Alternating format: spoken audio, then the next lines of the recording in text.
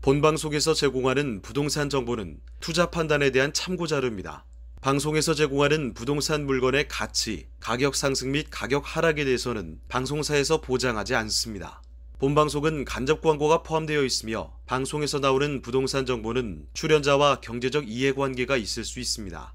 투자에 유의하시길 바랍니다. 본방송의 제작진 및 출연진은 방송통신심의위원회 규정을 준수합니다. 네, 안녕하십니까. 송승연의 집담입니다. 공격적인 정부의 규제 완화 때문인지 지난 1월 서울 아파트 실거래가 지수가 7개월 만에 반등을 했습니다. 하지만 미국 베이비 스텝과 함께 부동산 PF 부실 우려로 시장은 혼란을 맞은 그런 상태인데요. 봄을 맞은 부동산 시장에 엇갈린 해석들 송승연의 집담에서 자세히 짚어보도록 하겠습니다. 오늘 스튜디오에 김대중 세종대학교 교수님, 그다음에 정진욱 뉴스원 기자 오셨습니다. 두 분 안녕하세요. 네, 안녕하십니까. 네, 안녕하세요. 자, 우선 정 기자님, 네. 지금 최근 거래량이 늘고 있고 네. 또 실거래가 지수가 모처럼 좀 높아진 그런 상황입니다. 네. 현재 상황과 주요 내용 좀 짚어볼까요? 네, 정부가 올해 들어서 부동산 시장 경착륙을 막기 위한 이 대대적인 규제 완화에 나서면서 1분기 수도권 아파트 거래량이 전분기 대비 2배가량 늘어난 것으로 나타났는데요. 이 국토교통부 실거래가 공개 시스템에 따르면 올해 1분기 수도권 아파트 매매는 약 25,941건으로 작년 4분기보다 약 2배 가까이 증가했습니다. 이 서울은 약 2,124건에서 4,812건으로 늘었고 경기도 역시 16,000건, 그리고 인천은 4,464건으로 모두 다 전분기 대비해서 2배 이상 정도 증가한 추세를 보였습니다. 이 거래량과 함께 아파트 매매가도 다소 회복되고 있는데요. 이 한국부동산원 공동주택 실거래 가격 지수에 따르면 올해 1월 수도권 제곱미터당 아파트 매매 평균 가격은 7개월 만에 700만 원대로 회복했습니다. 이 수도권 아파트 제곱미터당 평균 매매가 작년 1월에는 약 760만 원이었는데 또 같은 데 7월에는 863만 원 떨어졌다가 다시 12월까지 6개월에서 600만 원대를 머무르다 올해 1월부터 다시 721만 원으로 상승한 겁니다. 서울도 올해 1월당 제곱미터당 약 1,293만 원으로 전월보다 올랐습니다.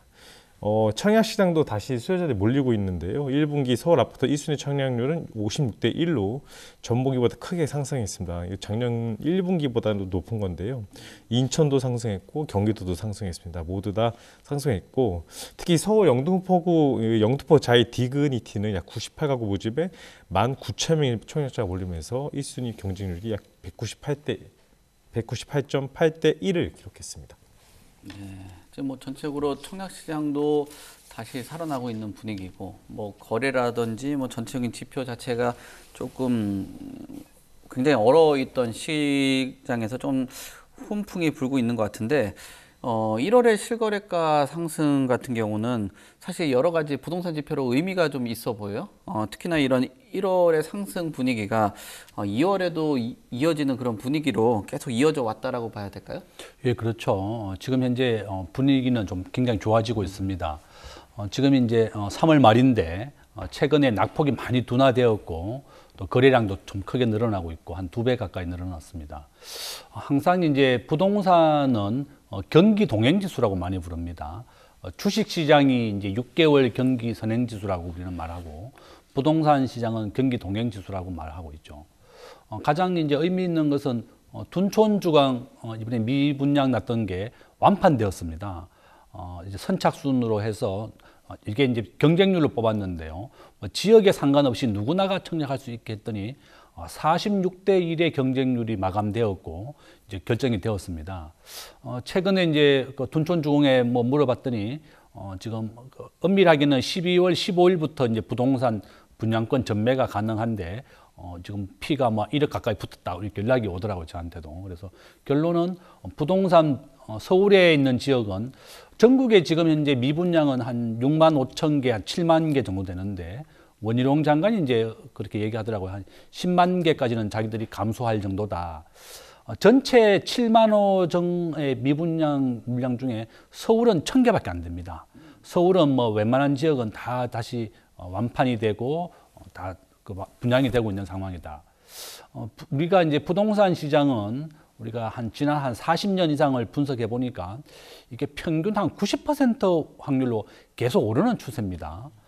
우리나라는 지금 현재 집이 있는 사람과 없는 사람이 5대5 비율입니다. 집이 있는 분이 한 5, 없는 사람이 5인데 아파트 시장이 전체 가구의 한 66%고 25%가 이제 빌라나 일반 주택, 그다음에 뭐 상가주택, 오피스텔인데 가장 그 인기 좋고 뭐 안전한 곳이 바로 아파트다. 한 70% 가까이 우리 국민들이 아파트에 거주하고 있다. 이렇게 보면 되겠고, 이렇게 이제 1월부터 2월까지 실거래가 지수가 다시 상승하고 있습니다. 아마 이제 미국이 기준금리를 올 연말까지 5.5까지 올릴 예정입니다. 그러면 우리가 기준금리와 부동산 가격은 정반대의 관계가 있습니다. 마이너스 0.8의 관계가 있는데 우리가 1이 완벽한 관계고 마이너스 1이 반대의 관계입니다. 그러니까 마이너스 0.8이라고 하는 것은 은행 이자와 부동산은 완전히 거의 완벽한 반대의 관계에 있는데, 이와 같이 미국의 기준금리가 올 연말까지 이제 5.5%까지만 올리고 우리나라도 최근에 한 3.5%까지 오르면서 미국과 금리 격차가 한 1.5까지 벌어졌거든요. 근데 미국에서도 그렇습니다. 시그니처 은행이 파산했고, 그다음에 실리콘밸리 은행이 파산했고, 또 크레디트 스위스라고 해서 스위스에서 두 번째로 큰 은행이 파산을 했습니다. 미국도 기준금리를 이렇게 과도하게 올리다 보니까 은행도 파산할 정도다. 우리나라에서 모든 기업을 거래하는 은행은 한국에 있는 장기신용은행이 파산했고요. 미국에 있는 실리콘밸리 은행이나 크레디트 스위스 전부 다 파산했습니다. 결론은 한국을 포함해서 국민들을 하는 소매금융 중심, 집을 담보로 하는 이런 은행은 다 살아남았고, 전부 다 기업을 상대로 했던 은행도 다 파산했을 정도로 어렵다. 그래서 결론은 미국이 기준금리를 속도를 늦추었고 올 하반기에 한 5.5까지 올릴 예정입니다. 그렇다 그러면 내년부터는 이제 부동산이 금년 말까지는 하락의 속도를 멈추면서 반등을 시도하고 내년부터는 이제 본격적으로 상승할 것이다. 저는 이러한 추세를 봐서는 그렇게 전망하고 있습니다. 네. 김 교수님께서 추세를 보는 게 이제 기준금리가 어느 정도 선에서 멈추고 있는 상황이고, 또 전체적인 추이 자체가 뭐 올해는 좀 힘들다고는 해도 그래도 내년 정도는 반등을 할 수 있는 가능성이 좀 있다라고 말씀 주시고, 그 전에 앞에 여러 근거를 제시를 해준 것 같은데요. 지금 이런 내용들하고 함께 보면은 거래량도 최근 증가를 하고 있고 또 가격 상승들이 일어나고 있는데 지역들마다 좀 차이가 있을 거 아니에요? 특히나 뭐 좀 뚜렷하게 이런 뭐 상승과 거래량 증가가 일어나는 곳들이 있으면 좀 사례 좀 주시면 좋을 것 같아요. 일단 최근에 서울 시내 주요 아파트 단지 실거래값이 오른 매매 거래가 사례가 좀 눈에 많이 띄게 있거든요. 예를 들자면 송파구 대단지 아파트 가락동 헬리오시티 같은 전용면적 84제곱미터 같은 경우는 지난달 23일에 18억 9천만 원에 거래되기 직전에 이제 고층 매매 거래가 최저가였던 지난 12월 16억 5천만 원에 견적봤을 때 2억 4천만 원 정도 상승했거든요. 또 이 주택형은 지난달에만 9건의 거래가 신고가 이루어지면서 최근 매매 거래가 좀 활기를 띠고 있습니다. 그리고 송파구의 잠실 리센치 전용 84제곱미터도 지난달 11건의 매매 신고가 올라온 건데 25일 직전 거래보다 높은 20억 7천만 원에 팔렸고, 이 지난달 초에도 약간 최고 21억 4천만 원에 거래되기도 했습니다. 그리고 재건축 단지 잠실 주공 5단지 전용 82제곱미터 같은 경우는 지난달 28일 25억 7,600만 원에 거래돼 지난해 9월 16일 26억 7,600만 원 이후 가장 비싼 값에 팔렸습니다. 강동구에서는 고덕동의 고덕 그라시움이 전용면적 59제곱미터가 지난달 10억 9천만 원에 거래돼 지난해 9억 3천만 원에 견적했을 때 약 2달 만에 1억 6천만 원이 좀 올랐습니다. 네. 참 뭐 분위기가 서울권은 굉장히 많이 바뀐 것 같아요. 특히나 뭐 1.3 대책 이후로 분위기가 상당 부분 반전됐다라고 볼 수 있는데, 지금 수도권은 이런 상황이고 또 서울은 아주 좀 안정세를 찾아가고 있는 상황인데, 이게 참 극명하게 분위기가 바뀌는 게 이 지방권 같은 경우는 거래나 분양 사정이 좋지 않다라는 평가나 뭐 자료들이 계속 나오고 있는데, 이렇게 된다면 서울은 좋고 지방은 안 좋다라고 보여지면 양극화가 더 심해지는 거 아닐까요? 양극화가 좀 더 계속 심해질 겁니다. 우리나라 5,200만 가구 중에 수도권에 한 반 정도가 모여 살고 있습니다. 네. 한 2,500만, 3,000만 가까이가 되는데 전부 다 뭐 모든 것이 수도권 중심이다 보니까 이제 이렇게 벌어지는데, 지방에 이제 거주하시는 분들은 내가 실제로 거주해야 되기 때문에 지방에 있는 것은 좋지만 투자 목적으로 사야 되는 것은 꼭 서울이나 수도권 내에 해야 되겠다 이렇게 또 말씀을 드리고 지금 현재 정부가 국가균형발전이라는 명목으로 해서 130개가 되는 공기업들이 다 지방으로 지금 내려가고 있습니다. 그러면 지방에 있는 사람들은 이제 실거주를 하면서도 또 서울이 이제 가족이나 와이프나 또 자녀들이 교육 때문에 본인이 못 가고 본인 혼자 가는 경우가 많이 있습니다. 그래서 우리나라 지금 현재 전국에 미분양 가구 한 7만 5천 세대가 있는데요. 그 중에 서울은 1,000세대밖에 안 되고 나머지는 다 지방입니다. 전부 다 사람이 이제 나면 이제 서울로 보내라는 말이 있듯이 일단 서울과 수도권으로 전체 인구의 반이 모이고 있는 상황이다. 이것은 계속 이어질 것 같습니다. 그래서 저는 지방에 계신 분들은 꼭 투자의 목적이라든지 가족들이라든지 교육 때문에 그렇다 그러면 서울에 꼭 해야 되겠고 지방은 실제 거주하는 목적으로 해야 되겠죠. 그래서 이러한 양극화는 계속 좀 벌어질 거다.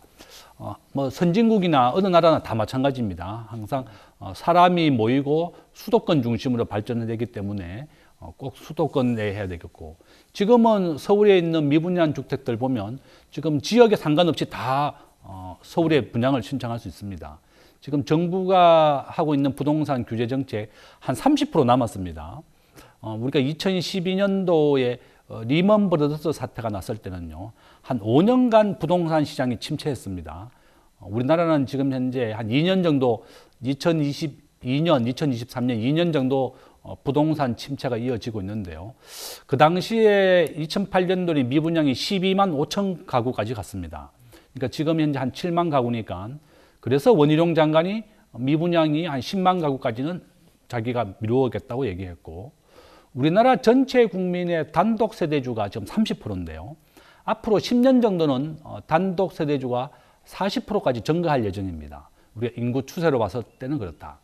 지금은 우리가 이제 출산율이 0.79명으로 굉장히 낮은 수준이지만 일단 세대수는 계속 증가하고 있고 분화가 되고 있습니다. 이런 이유 때문에 저는 앞으로 한 10년 정도는 세대수가 증가하기 때문에 서울에서만큼은 부동산이 오를 확률이 높다. 그래서 제가 이제 앞에서 말씀드린 것처럼 우리나라의 한 40년 정도의 집값의 추이를 보면 90% 확률로 오릅니다. 전국도 마찬가지고 서울도 마찬가지다.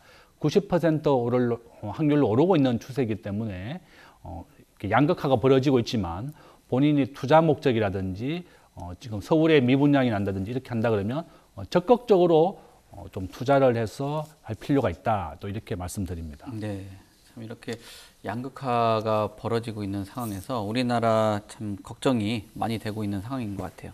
그리고 지금 이런 양극화 과정이 있는 이유 주요 원인 중에 뭐 다양한 규제를 푼 것도 있겠지만 금리의 영향이 부동산 시장에 크게 급습을 하면서 좀 시장에 혼란이 있는 것 같아요. 특히나 부동산이 이 금리가 가게뿐만 아니라 사업장에도 연쇄적으로 문제점을 일으키고 있는데 주택 개발하다 보면 PF를 가지고 사업을 하게 되잖아요. 근데 지금 PF가 사업성이 저하가 되다 보니까 자꾸 부실이 급증을 하고 있고 또 전국적으로 PF나 뭐 브릿지론 뭐 이런 것들이 큰 문제인 것 같아요. 최근 들어서 어느 정도 차질이 일어나고 있는 건지 그리고 지금 PF하고 관련된 뭐 이금융권, 저축은행이 있잖아요. 거기에 뭐 대출 상황이나 연체 상황들 점점 뭐 계속 불어나고 있는 상황인데 어떻습니까? 지금 굉장히 많이 급증한 상황이죠. 일단 이 PF 관련돼서는 이제 미분양이 이제 꾸준히 증가하면서 계속 위험성이 좀 커지고 있는 입장이죠. 최근에 범대가의 중견건설사인 HNINC가 자금 나누 법원에 이제 법정관리 신청을 했고. 이 건설사 같은 경우는 약 500억 원가량을 저축은행도 금융권에서 빌렸는데 갚지 못한 걸 좀 알려졌습니다. 불과 2021년만 해도 매출액이 2,837억 원, 영업이익이 23억 원 기록을 한 회사인데 부동산 경기 침체 1년 만에 법정 관리에 들어간 겁니다. 이 회사를 빼고도 지금 폐업한 건설사들은 약 362곳으로 약 2013년에 404개 사이에 약 9년 만에 가장 많은 것을 밝혔습니다. 올해 들어서도 폐업할 건설사 쪽에서 증가하는 추세이고요. 현재까지도 이 폐업한 회사가 총 100여 개가 좀 넘은 거에서 같은 기간에 2배까지나 이렇게 증가한 수치를 보이고 있습니다. 그러니까 이 PF 부실 채무가 올 상반기 계속 급증하면서 결국 돌렸던 제2금융권 피해가 불가피할 것이라는 전문가들의 진단이 많고 최근에 MG 사태도 그랬었지만 뭐 문제는 없다 이런 식으로 얘기하지만 또 금융권 내부에서는 터질 것이 곧 터질 것이다 뭐 이렇게 얘기도 나오고 있고요. 그래서 이 한국은행에 따르면 지난해 3분기 말 그러니까 지난해 3분기 말 기준에 이 금융권의 PF 대출의 보증금이 위험 노출 약 115조 5천억으로 사상 최대를 기록을 했습니다. 위험 노출액 부실이 터졌을 때 최악의 경우 모두 손해볼 수 있는 규모를 말하는데요. 이 업권별로 5년 전과 비해 여신 전문 금융사는 약 4.3배, 그리고 저축은행은 2.5배, 이 보험사는 2배, 그리고 증권사는 1.7배 정도 들어서 모든 업종에서 일제히 증가했습니다. 이 문제는 연체율이 증가한 건데요. 이 증권사, 부동사 PF 연체율이 약 8.2%로 2021년 말에 비해 2배 이상 늘어났습니다. 이 저축은행은 2.4%, 여전사는 1.1%, 보험사는 0.4% 모두 큰 폭으로 증가했습니다.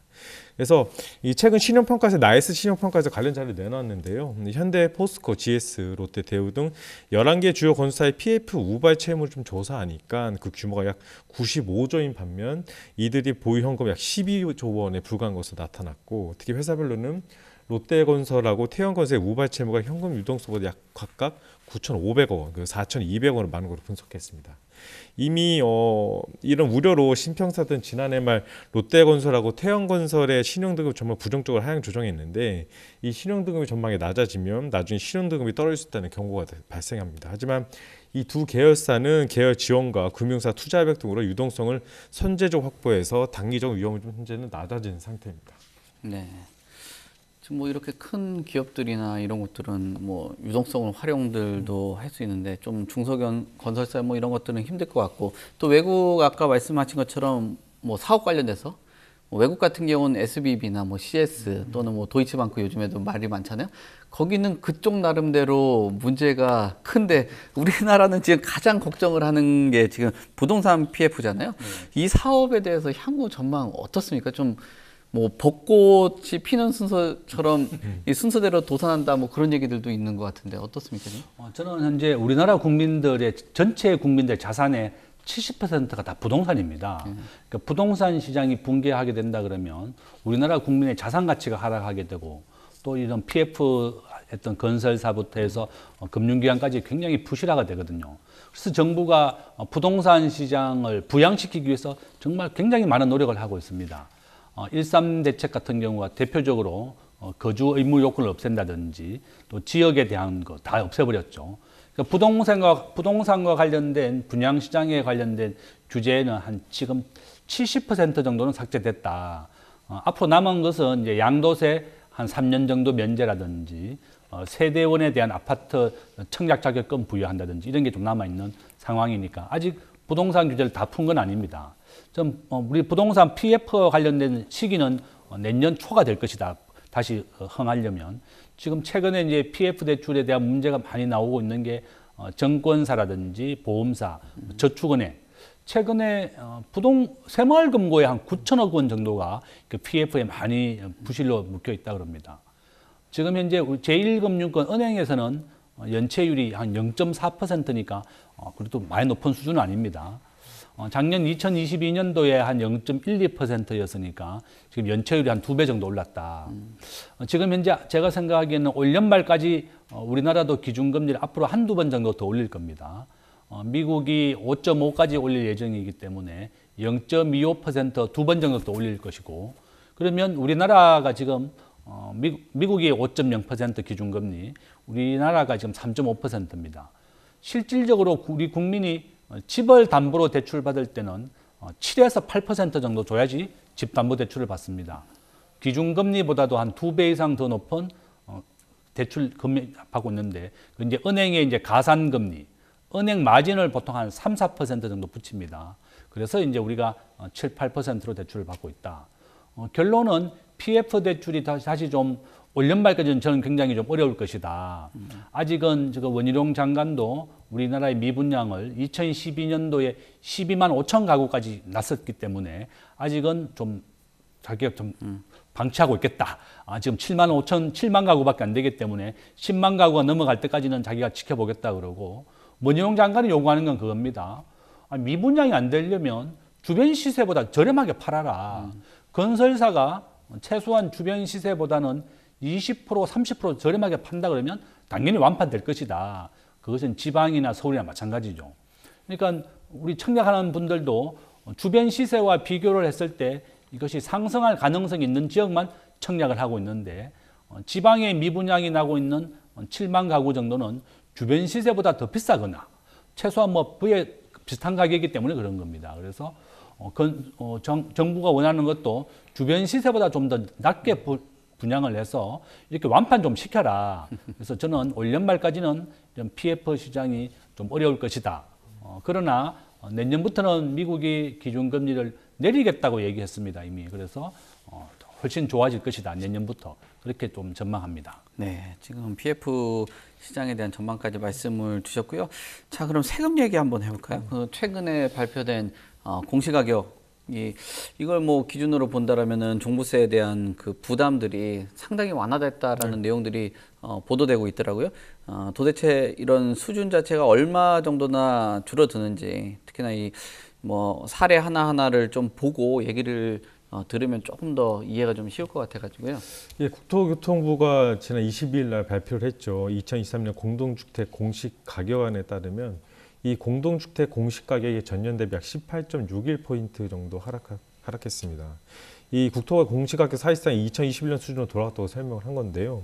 이 지역별로 살펴보면 세종이 지난해보다 약 30.68% 감소하면서 가장 큰 낙폭을 보였고, 인천은 24.04, 그리고 대구는 22.06, 대전은 21.54 등이 뒤를 이었습니다. 서울은 약 17.30% 하락하면서 전국보다 약 감소폭이 좀 작았습니다.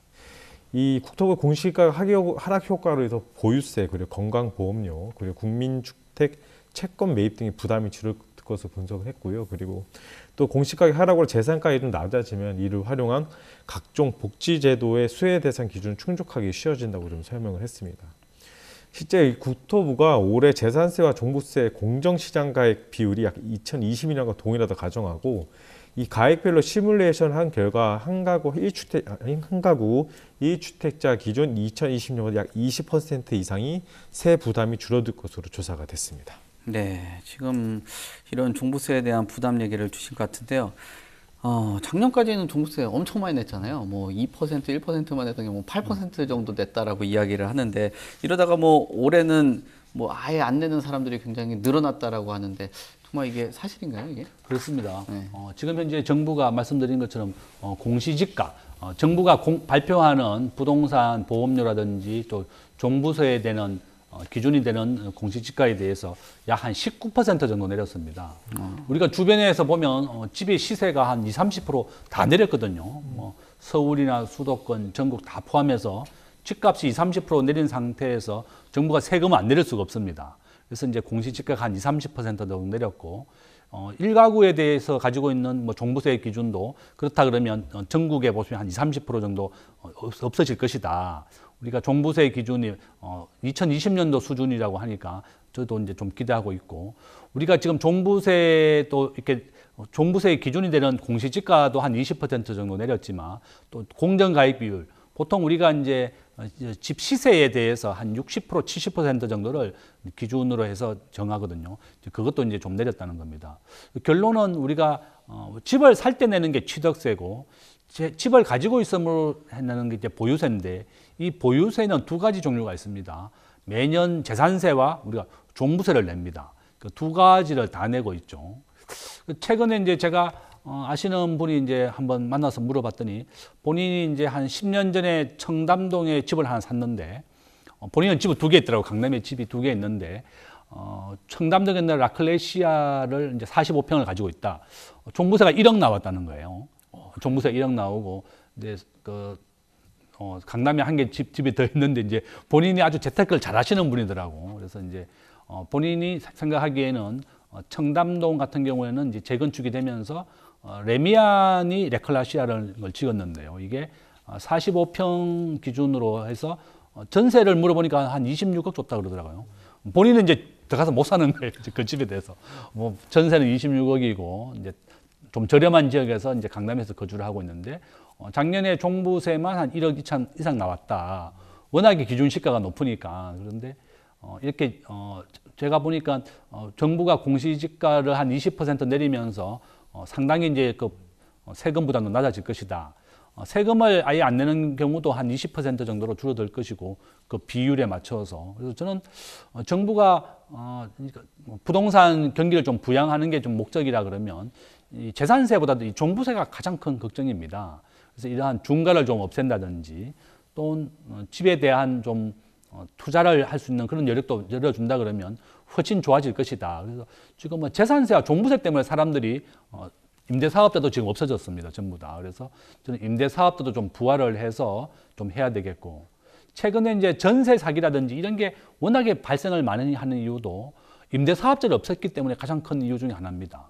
임대사업자는 본인이 문제가 발생한다 그러면 전체 임대사업자에 큰 타격을 받기 때문에 합법적으로 하고 이렇게 전세금을 떼먹는 경우가 없는데 임대사업자 제도를 다 없애버리기 때문에 이렇게 큰 부작용이 나왔다. 정부의 정책이라고 하는 것은 항상 일관성하고 예측 가능성을 가져야 됩니다. 문재인 정부가 이제 부동산에 대해서 너무 23가지가 넘는 부동산 정책을 하면서 임대사업자를 초기에는 권장을 했다가 말기에는 완전히 폐지를 시켜버렸거든요. 국민들을 너무나 혼란스럽게 만들었다. 그래서 뭐 임대사업자 제도라든지 종부세라든지 관련된 부동산 세제를 사람들이 집을 못 가지게 하는 게 이제 문재인 정부의 부동산 정책이었지만 그 부작용을 가져온 것이 이제 집값 폭등을 한 100% 가져왔고 전세도 90%나 폭등했습니다. 결론은 정부의 정책이 이런 일관성과 예측 가능성을 못 가지게 되니까 국민들이 굉장히 혼란스럽고 전세 사기라든지 이런 부작용을 많이 가져왔다. 서민들을 위한 경제 정책이 오히려 서민들을 더 어렵게 합니다.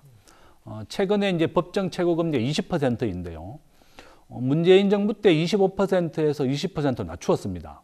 그랬더니 이 많은 서민들이 제도권 내에서 대출을 못 받게 되니까 사채 시장으로 몰려가는 겁니다.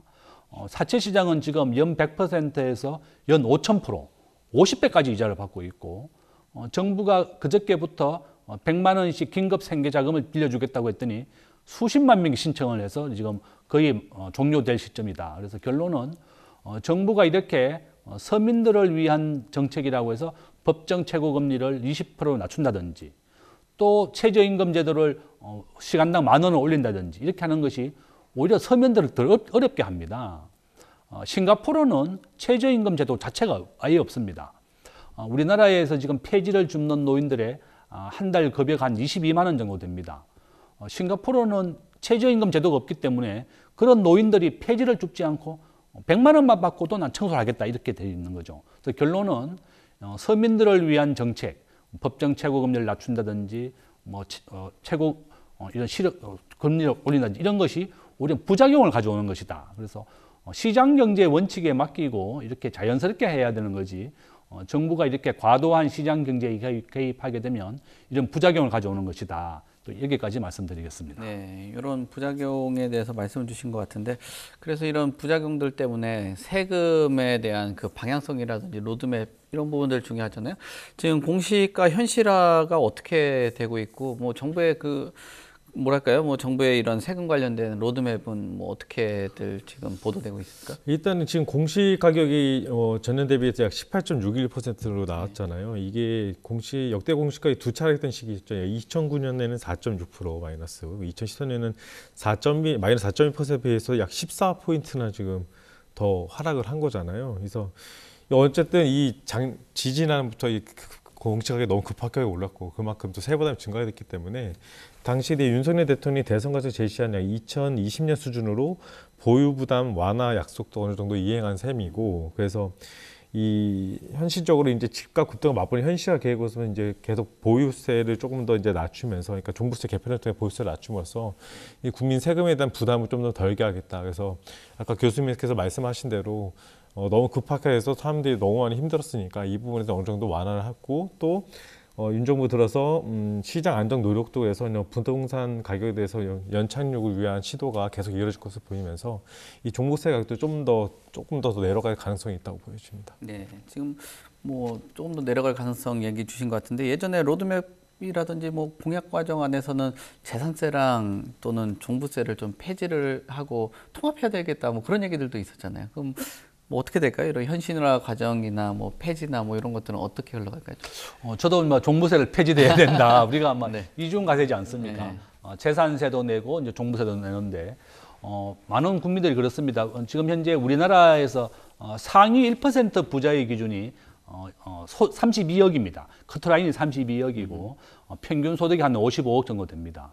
저는 이제 종부세라는 것도 이중과세 기준이기 때문에 없앨 수 있다면 없애는 게 좋은데 아마 윤석열 정부에서는 지금 그럴 겁니다. 지금 뭐 우리나라 경기 침체가 계속 이어지고 있고 최근에 뭐 종부세나 관련된 세수, 법인세도 마찬가지고 지금 세수가 지금 빵구가 날 정도로 부족하다. 그러니까 종부세를 당초 계획은 좀 없앨 계획이었는데 지금 없애기는 쉽지 않을 것 같고 워낙에 이제 윤석열 정부는 그렇습니다. 국가가 할 수 있는 경제 정책은 최소한으로 개입을 하지 않겠다. 이제 우리가 구축 효과라고 부르는데요. 민간 경제에 대해서 정부가 국가 예산 원래 630조 원이 예산입니다. 이것을 가지고 우리가 집행을 하게 되면 민간 경제를 위축시키기 때문에 구축 효과를 가져오기 때문에 우리가 재정을 최소한으로 줄이고 앞으로 물가 수준에 맞게 이제 재정을 늘리지 않겠다고 이렇게 약속을 했었고 저는 정부가 충분한 세수만 확보된다면 당연히 종부세라든지 이런 관련된 세제를 없앨 수 있다면 제일 좋겠고 없애지 못한다 그러면 2020년 그 이전으로 되돌려 놔야 된다. 최소한 우리가 국민들이 세금을 걷어가게 되면요. 그만큼 국민들이 지출할 수 있는 돈이 없어지는 겁니다. 이것을 이제 가처분 소득이라고 부르는데 이러한 세금이 가도하면 국민들의 근로 의욕도 저하시키는 겁니다. 1945년도에 이제 그 2차 세계대전 때 레이건 대통령이 원래 영화배우 출신입니다.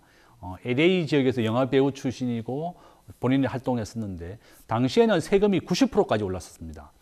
전쟁이기 때문에 이제 90%까지 세금을 거뒀으니까 레이건 대통령이 야, 내가 세금을 90% 내게 하면 누가 일을 하겠느냐.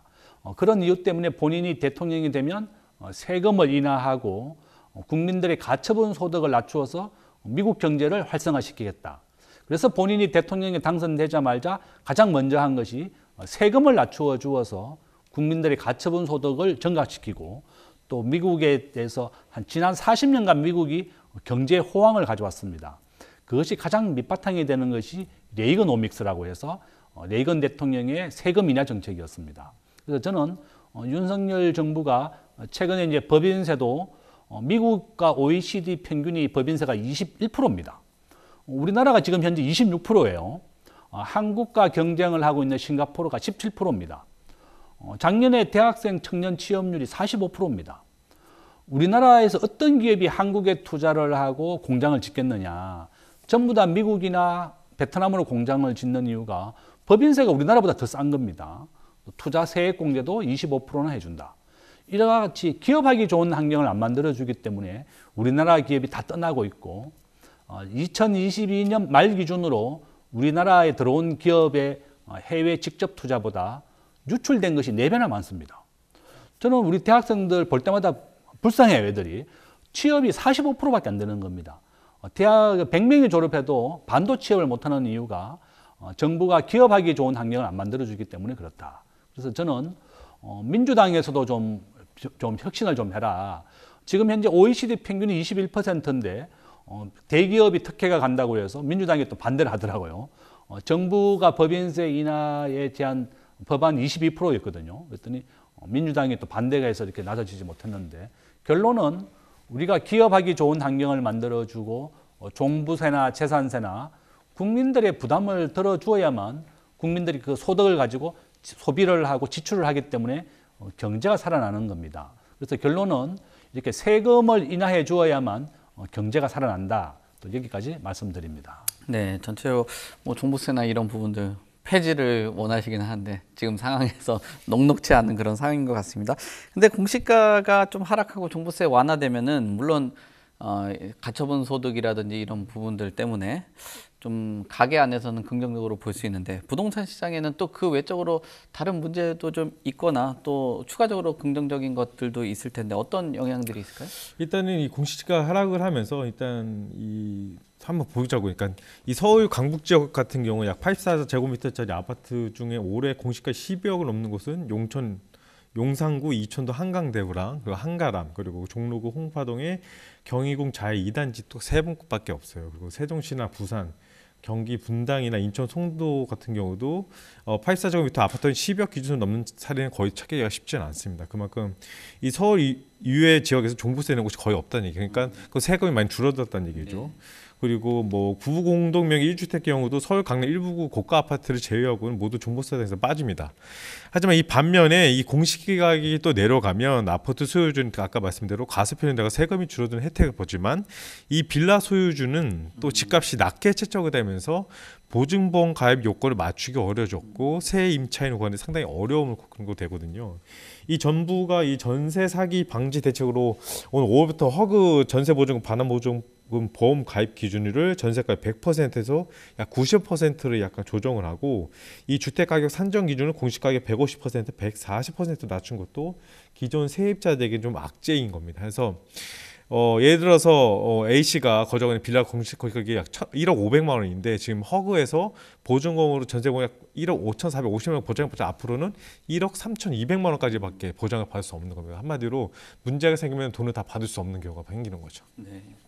집주인들 조금 마음이 편해졌는데 세입자들은 이 전세 관련돼 가지고 좀 어려움 겪을 것 같고 또 이런 빌라 관련돼서 임대 사업 하시는 분들 어려운 것 같은데 그 외적이나 아니면 요 내용에 대해서 조금 더 보충하실 내용들이 있으면 이런 공시가 하락, 종부세 부담 완화가 어떤 뭐 긍정적인 요인은 많이 말씀 주신 것 같고 부정적인 요인은 또 뭐가 있을까요? 저는 이제 우리가 공시지가가 내려가게 되면 이제 가장 크게 영향을 많이 받는 게 의료보험에 관련된 거죠. 우리가 이제 집을 가진 사람들이나 또 임대 사업 하시는 분들이나 가장 많이 보면 의료보험이 가장 큰 문제입니다. 의료보험이 우리가 그러니까 직장인들은 우리가 직장 의료보험이 되어 있지만 밖에 있는 직장 외의 분들은 전부 다 재산 기준으로 하다 보니까 의료보험이 가장 큰 타격을 받는다. 그래서 이 부담이 굉장히 크거든요. 그래서 이런 게 도움 줘야 되겠고, 저는 우리가 이제 전세 사기라든지 최근에 3,000세대니 5,000세대니 전세 사기 분들, 또 이렇게 전세의 전체 사기를 당하는 분들의 90%가 전부 다 빌라에서 일어납니다. 또 두 번째는 아파트에서 일어나는 경우에 보게 되면 세상에 부동산 공인중개사 말을 절대로 믿어서는 안 된다. 우리가 이제 공인중개사분들이 정직한 분들도 많지만 또 부동산 중개업을 하시는 분들 중에 한 반 정도는 자격증을 빌려서 하는 분들도 많이 있어요. 실제로 이제 중개보조원 자격증을 가지고 있고 중개사 대표는 자격증이 없는 경우도 많이 있고, 우리가 중개 행위를 할 수 있는 것은 공인중개사 자격증을 가진 사람만이 도장을 찍을 수 있습니다. 이와 같이 중개 행위라든지 서명과 날인은 공인중개사만 하는데, 이렇게 자격증을 가지지 못한 분들이라든지 또 이렇게 중개 행위를 통해서 이득만 취하려고 하는 분들도 굉장히 많이 있습니다. 그래서 부동산 사기를 피하는 방법은 꼭 공인중개사한테 돈을 송금해서는 안 되고 집주인을 꼭 확인을 해야 됩니다. 집주인 통장에만 돈을 입금을 해야지. 최근에 보도된 뉴스에도 보면 공인중개사가 돈을 받아서 본인은 전세인 줄 알았더니 이게 월세였더라. 그러니까 집주인에게만 꼭 송금을 해야 되겠고, 중개 행위를 하고 있는 분이 공인중개사인지 꼭 확인을 해야 된다. 저는 우리 젊은 사람들한테 꼭 얘기해 주고 싶은 게 가급적이면 월세로 살아라. 우리나라에서 최저 임차보증금은 한 3천만 원 정도 됩니다. 그래서 이제 국가가 최소한 집 한 개에 대해서 보증해 주는 금액이 한 3천만 원 정도 내외이기 때문에 그 정도의 월세로 사는 것이 더 안전하고, 전 세계에서 유일하게 우리나라만 이렇게 전세 제도라는 게 있습니다. 미국은 다 월세 제도인데요. 이게 보증금도 미국은 한 달치만 더 내는 겁니다. 그러니까 입주할 때 첫 달에만 2달치를 내고 나머지는 다 한 달치만 납부합니다. 우리나라에서도 우리가 3개월 정도 이제 월세를 안 낸다든지 은행이 연체를 하게 되면 은행이 강제 집행을 하거든요. 이와 같이 우리가 전세 보증금에 대해서 너무 과도하게 받으니까 이런 전세 사기가 많이 나왔으니까 가급적이면 우리 젊은 분들이나 집을 얻는 신혼부부들도 가급적이면 아파트를 얻고, 아파트가 아니라 그러면 전세 보증금을 최하로 해서 그러한 부담을 좀 덜어라. 그렇게 또 말씀을 드리겠습니다. 네, 요즘 전세 시장이 불안정하다 보니까 특히나 뭐 빌라 시장 불안하다 보니까 웬만하면 월세를 권유를 하시는 것 같고 또 뭐 요즘처럼 위험한 시장 안에서는 뭐 아파트 시장을 좀 더 바라보시는 게 좋은데 그래도 뭐 자본이 좀 부족하시면은 전세보다는 월세 그 말씀 주신 것 같습니다. 자, 미국의 기준금리가 4.75에서 5.0 그러니까 뭐 베이비 스텝을 밟았습니다. 이렇게 된 이후에 우리나라 부동산 시장에 대해서 관심들이 많은데 어떨까요? 뭐 이 기준금리가 올라가서 우리나라 집값 안정에 효과가 있을지 또는 정부가 기대를 하는 연착륙에 관해서 조금 기대할 수 있는 방향으로 흘러갈지 이런 것들 좀 궁금하거든요. 어쨌든 이 미국 금리가 이제 베이비 스텝을 밟으면서 지금 어느 정도 그리고 또 연준의 그 이 목소리도 좀 바뀌었잖아요. 계속 상승 기조에서 좀 더 지켜보겠다는 그런 기조로 바뀌었기 때문에 그런 부분에 어느 정도 부동산 영향이 있을 거로 보고 하지만 또 이 그 연준에서 그 베이비 스텝을 밟은 이유가 또 있잖아요. 자국민의 또 은행이 또 문제건도 있었고 또 앞으로 또 오늘도 머스크가 얘기했는데 또 다른 문제가 또 터질 거다 이렇게 얘기를 했는데 일단 이런 부분에 있을 때 금리를 가파르게 올리는 건 또 쉽지 않을 거로 봐서 국내도 해서 우리나라 윤석열 정부도 이 부분에서 어느 정도 좀 보고 있는 것이고 하지만 또 금리가 어떻게 될지 모르는 상황에서 근데 이 연착륙에 대한 것들은 윤석열 정부가 완전 히 규제 같은 건 계속 풀고 있지 않습니까? 나머지 DS가 몇 가지 남았는데 이런 부분도 이 금리와 여러 가지 상황을 봐가면서 그 일부 지역에서는 또 어느 정도 집값이 약 바닥을 다져진다는 그런 조심스러운 전망도 나오고 있기 때문에 부동산은 내년부터는 조금 다시 활기 더 찾을 것 같은 생각도 들고 그래서 이 미국 연준 금리는 어쨌든 이 아까 했던 이 전세 가격이라든가 모든 부동산 영향에 미치는 만큼 좀 더 계속 추이를 지켜봐야 된다고 봅니다. 네. 미국 베이비 스텝 밟았기 때문에 뭐 앞에 그 정 기자님 말씀 주신 거 외적으로도 이제 또 관심 갖는 게 금리 우리나라 금리 또 따라 올릴 거냐 뭐 그것도 많잖아요. 그 부분에 대해서 아무래도 뭐 교수님이 전망하시는 부분이 좀 더 나을 것 같아요. 그 우리나라의 그 금리 예상 뭐 말씀 주시고 만약에 올리게 됐을 때 시나리오 좀 설명을 주셔도 좋고 또 만약에 동결로 갔을 때는 어떤 영향이 있을지 이 부분들 정리해 주시면서 이제 집값 얘기 좀 주시면 좋을 것 같아요. 아마 이제 미국은 지금 현재 5.0이고요. 기준금리가. 우리가 3.5입니다. 우리가 실질적으로 대출 받는 금리는 한 7, 8% 정도 되는데요. 저는 동결할 걸로 봅니다. 우리가 4월 달에 이제 한국은행에서 기준금리를 정하게 되는데 우리나라에 지금 현재 상장 기업의 한 30%가 이자를 못 낼 정도로 어렵습니다. 어제 날짜로 이제 감사 보고서를 안 낸 기업이 우리나라 상장된 기업이 한 2,300개 정도 있거든요. 40개가 감사 보고서를 안 냈다 그래요. 감사 보고서를 안 내게 되면 40개가 관리 종목으로 가고 부도 처리가 됩니다. 이 정도로 약 우리나라 전체 상장 기업의 2%가 부도 위기에 직면해 있다. 이렇게 볼 수 있을 정도로 어려운 상황이다. 그러면 정부가 이제 과거에 외환 위기를 막기 위해서 우리가 기준금리를 계속 따라 올렸습니다. 지금 현재 전 세계의 외환 위기가 한 5개 나라가 이미 나 있는데요. 아르헨티나가 12번째 외환 위기가 났습니다. 그다음에 파키스탄, 스리랑카 이런 신흥국이나 저개발 국가가 이미 파산을 했고 지금 터키의 기준금리는 한 13% 정도 됩니다. 기준금리를 계속 올리고 있죠. 외국인들의 자금을 유출을 방지하기 위해서 기준금리를 올리고 있고 우리나라도 이제 미국과 한국의 기준금리 격차가 1.5입니다. 미국에 투자를 하면 5% 이자를 주지만 한국은 지금 3.5%밖에 이자를 안 주기 때문에 우리나라도 미국이 기준금리를 올 연말까지 5.5까지 올린다 그러면 한국 은행도 따라 올려야 될 것이다. 그렇지만 아마 4월 달에는 저는 동결할 가능성이 높고 워낙에 우리나라 가계가 어렵고 또 기업도 어려운 상황입니다. 우리가 외환 위기를 방지하려다가 이제 국내 금융위기가 오겠다. 그래서 이제 기준금리를 지금 따라 올리지 않고 격차가 많이 벌어지고 있다. 그래서 저는 부동산 시장을 연착륙을 시키는 것이 바로 정부의 목표입니다. 윤석열 정부는 부동산이 올라도 안 되지만 내리는 것은 더 큰 문제가 되는 겁니다.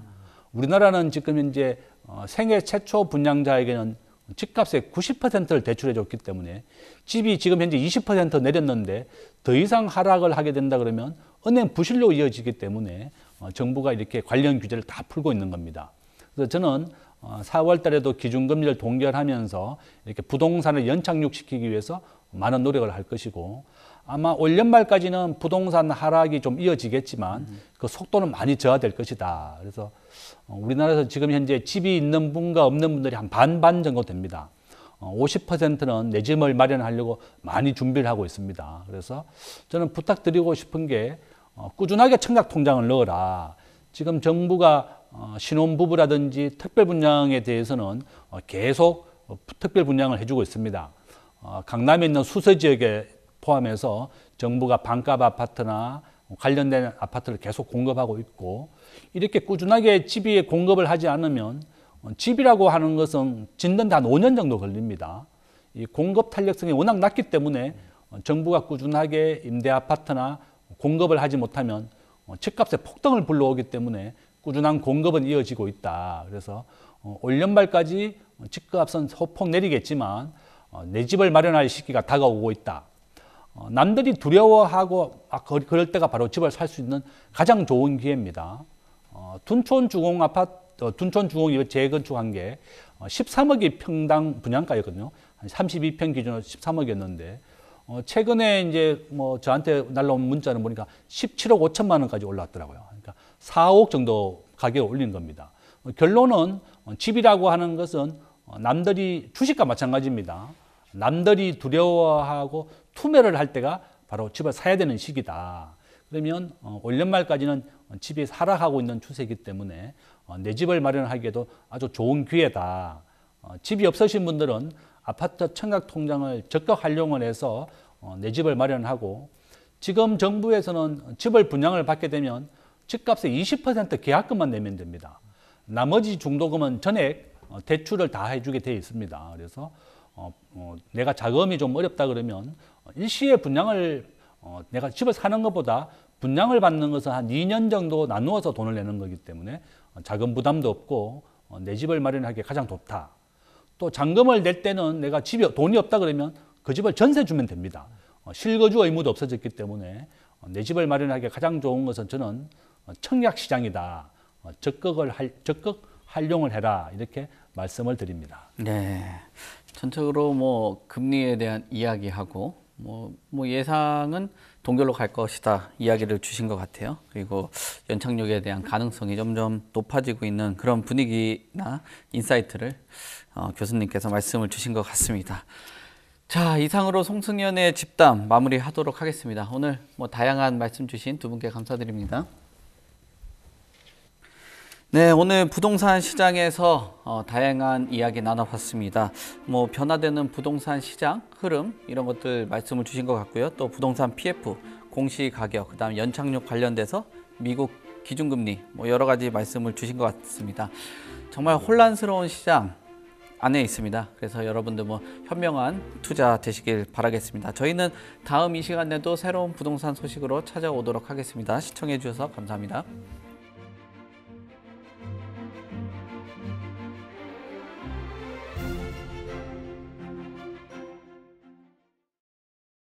본방송에서 제공하는 부동산 정보는 투자 판단에 대한 참고 자료입니다. 방송에서 제공하는 부동산 물건의 가치, 가격 상승 및 가격 하락에 대해서는 방송사에서 보장하지 않습니다. 본방송은 간접 광고가 포함되어 있으며 방송에서 나오는 부동산 정보는 출연자와 경제적 이해관계가 있을 수 있습니다. 투자에 유의하시길 바랍니다. 본방송의 제작진 및 출연진은 방송통신심의위원회 규정을 준수합니다.